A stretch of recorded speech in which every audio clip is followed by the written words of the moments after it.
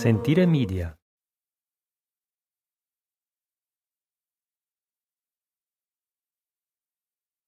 Hello everyone, and welcome to A History of Italy.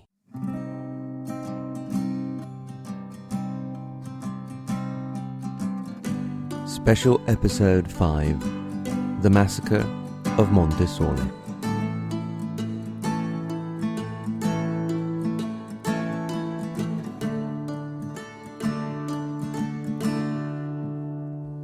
It is the morning of the 29th of September, 1944. The sky is threatening rain. 16-year-old Lidia Perini, along with her cousin Giorgio, make their way up from Cerpiano to Casaglia in the mountains south of the city of Bologna. They have come seeking refuge from the advancing German troops. The Germans were moving to crush the resistance of the Stella Rossa, the Red Star partisan brigade, operating in the area, supported, more or less willingly, by the local population. Lydia and her cousin arrive to find the village deserted, and soon discover that everyone is hiding out in the church. The hope is that the occupying troops will burn the houses and other buildings as they have done in the past, but will leave the church alone. The men have mostly gone into hiding. Not only the partisans who, overwhelmed by the German troops, have moved up to Monte Sole, hoping to catch them in less favourable terrain, but also the men of the villages and the surrounding areas. The women, children, and the elderly have stayed behind, thinking that they will be spared by the operation. Shortly after Lydia and her cousin arrive, so do the Nazis. As they approach, 3 people are quick enough to escape from the back door of the church and hide in the surrounding woods. Then the soldiers surround the church and close both doors. Once they have checked the area, they then enter and order the terrified people inside to come out. As they make their way out, one woman, Vittoria, remains seated.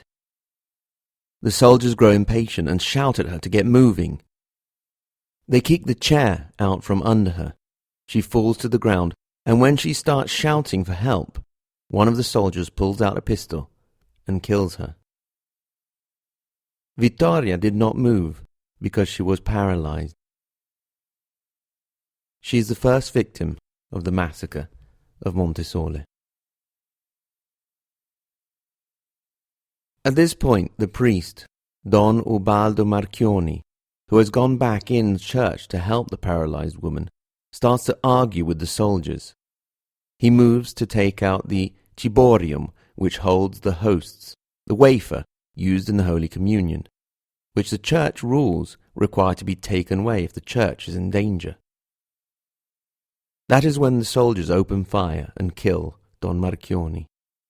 A bullet puts a hole in the cup, and it is only found in the ruins of the church 40 years later.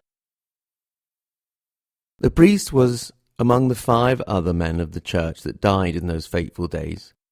The Bishop of Bologna, knowing about the growing danger, had offered them protection in the city. They had refused, preferring to stay with their flock. The rest of the group are told that they are to go down to the village of Cerpiano, but when they reach the crossroads, they are marched instead over to the local cemetery. When they arrive, the gate is locked, so a soldier has to shoot it open. The people are marched in and made to line up against the chapel wall, the tallest in the back, and the shortest, the children, in the front. Lydia's cousin Giorgio really needs to go to the toilet at this point, so Lydia, not fully realizing what is going on, simply tells him to go over to the corner. As he moves away from the group, he is shot and killed. At 15 years of age, he is the 3rd victim of the massacre. At this point, 2 machine guns are set up. Seeing this, the mother of Cornelia Pazelli tells her little girls to recite a prayer, the act of contrition. Cornelia survived that day, but was not able to recite the prayer again for the rest of her life. The soldiers then kneel, not to take aim, but so they can shoot lower, making sure they hit the children. After the guns have started up, they also begin to throw hand grenades. Lucia Sabbioni, despite the chaos that followed, had one very clear memory of something flying up in the air. It was the arm of her baby sister, whom she was holding. Lydia, in a certain sense, is lucky. She is hit in the thigh, the bullet getting stuck in her bone, and as others fall around her, she is covered by their bodies. That is how she stays all day of the 29th of September, with the rain falling constantly. On the afternoon of the following day, a farmer comes back out of hiding and is looking for his family, and Lydia calls out to him. He finds his mother and tells Lydia that as soon as he has taken care of his mother, he will be back for her. The woman dies shortly after in her son's arms. He makes his way back and removes the bodies that cover Lydia. She has survived. She would keep the bullet for the rest of her life. Hers will be one of the few voices that remain to tell the story. The massacre of Monte Sole, also known as that of Marzabotto, the name of the largest municipality in the area, took place between the 29th of September and the 5th of October, 1944. It was part of an operation ordered by Field Marshal Albert Kesselring to try and crush the partisan Stella Rossa Brigade, which had been operating successfully in the Apennine Mountains south of Bologna, along the Gothic line that divided the Nazis and Fascists from the advancing Allied troops. The Nazis understood that they were losing and were becoming desperate, and with desperation came panic, anger, and cruelty. The operation was assigned to Major Walter Raeder of the 16th Armored Explorers Battalion of the Panzeraufklärungsabteilung of the 16th SS Panzer Grenadier Division, Reichsführer SS. The Nazis and Fascists had tried a military operation against the partisans during the summer without success. Now they turned to the local population, who had, more or less willingly, been supporting the partisan group, to punish them and eliminate the partisan base. The troops surrounded a large area of communities on the slopes of Monte Sole. The idea behind the operation was dictated by the Führer himself. Indeed, he had declared, "We must be cruel, and we must be so with a clear conscience. We must destroy, technically and scientifically." Another of the villages that was caught up in that ring of death was that of Cerpiano.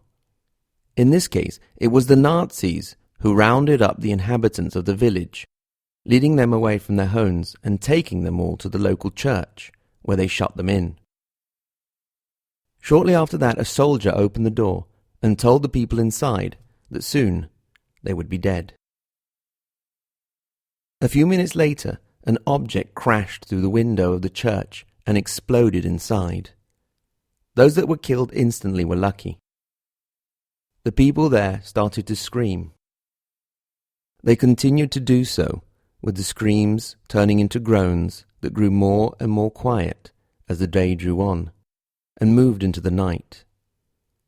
They were accompanied by the droning of the rain and by a piano that one of the soldiers had found in a nearby house and had started playing. During that night, a woman started to shout out again, and the soldiers entered and shot her. Her husband, her professor in the city of Bologna in the high school, tried to tell the Nazis that he was a fascist and he had the card to prove it. They told him that if he had been a fascist, a true fascist, he would not have been there in the first place, and shot him.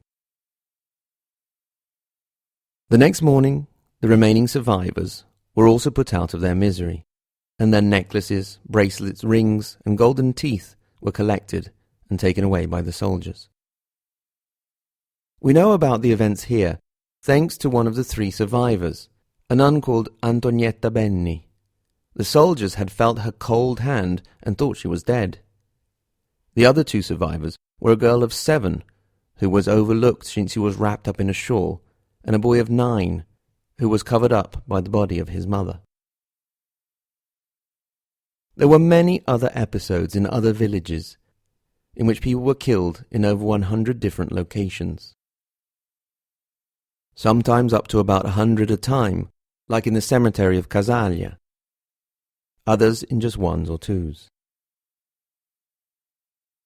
When everything was over, on the 5th of October, around 770 people had been killed, making it one of the worst single episodes perpetrated by the Nazis against the civilian population in Western Europe. The head of the operation, Raeder, was captured by the British in Salzburg on the 5th of May 1945 and handed over to the Italian authorities. His trial started on the 18th of September 1951 in Bologna and lasted until the 31st of October. He was sentenced to life in prison.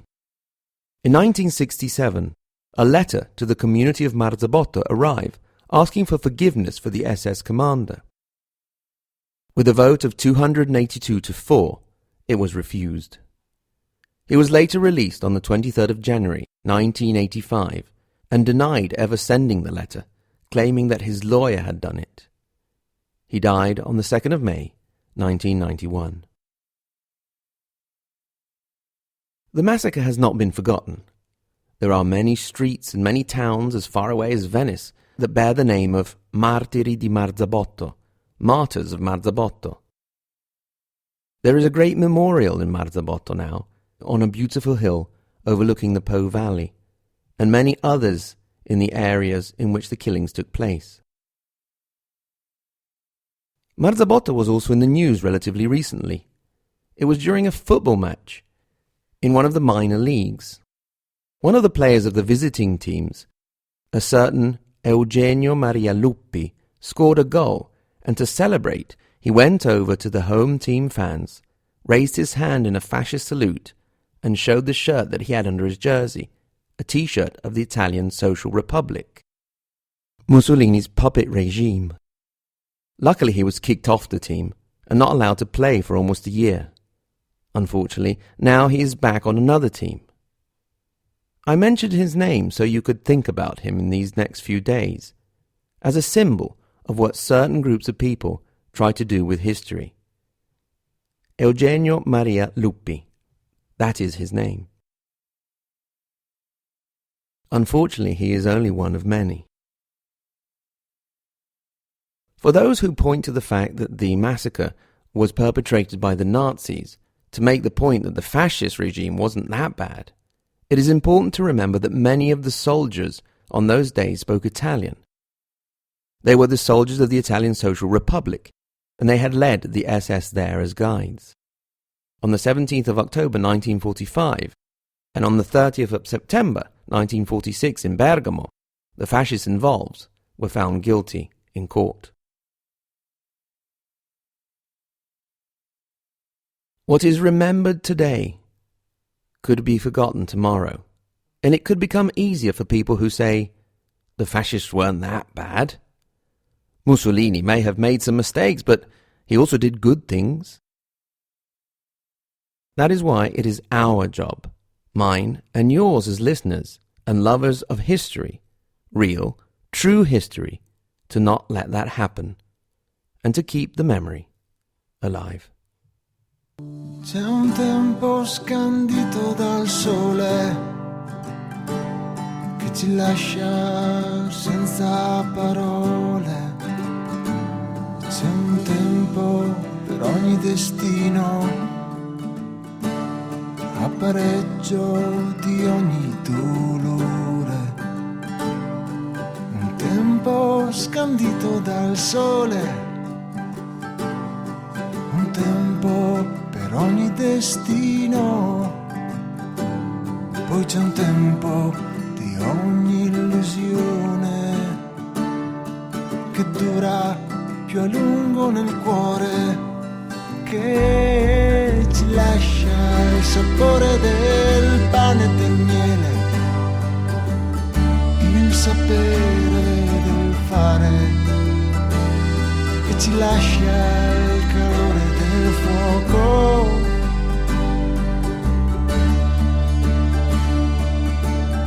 il colore del cielo.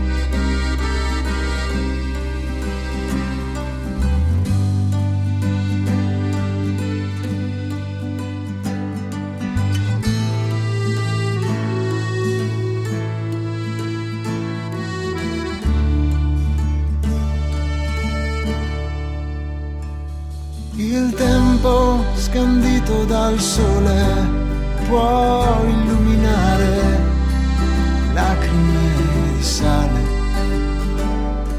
Il tempo scandito dal sole può illuminare polvere di terra.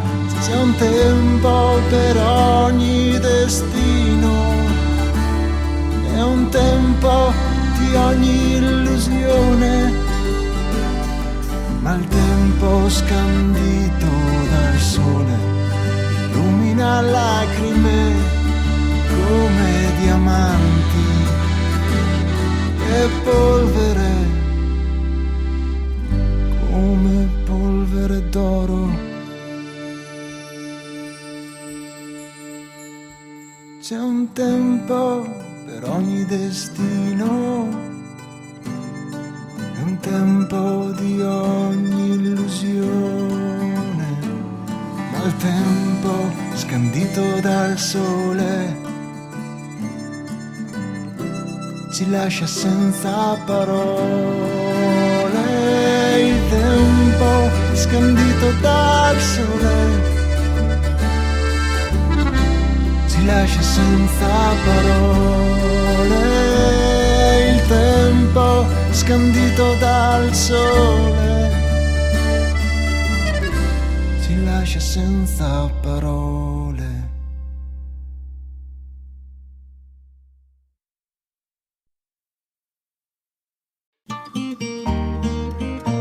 Sentire Media. Hey, podcast producers and show hosts. Do you want to join a podcast network that celebrates all things Italian? At Sentire Media, we understand the allure of Italy and its unique culture. Our devoted team of hosts and producers are all driven by their shared passion for Italy. And we work tirelessly to create the best lifestyle podcasts and content that will whisk you away to the very heart of Italy. With us, you can savor the mouth-watering flavors, get lost in the stories from the past, break down the cultural barriers, and truly immerse yourself in the vibrant traditions of this intoxicating country. If you have a great podcast idea or are already in production and would like to join Sentire Media, head over to sentiremedia.com, that's SENTIRE media.com, and find out how to submit your show.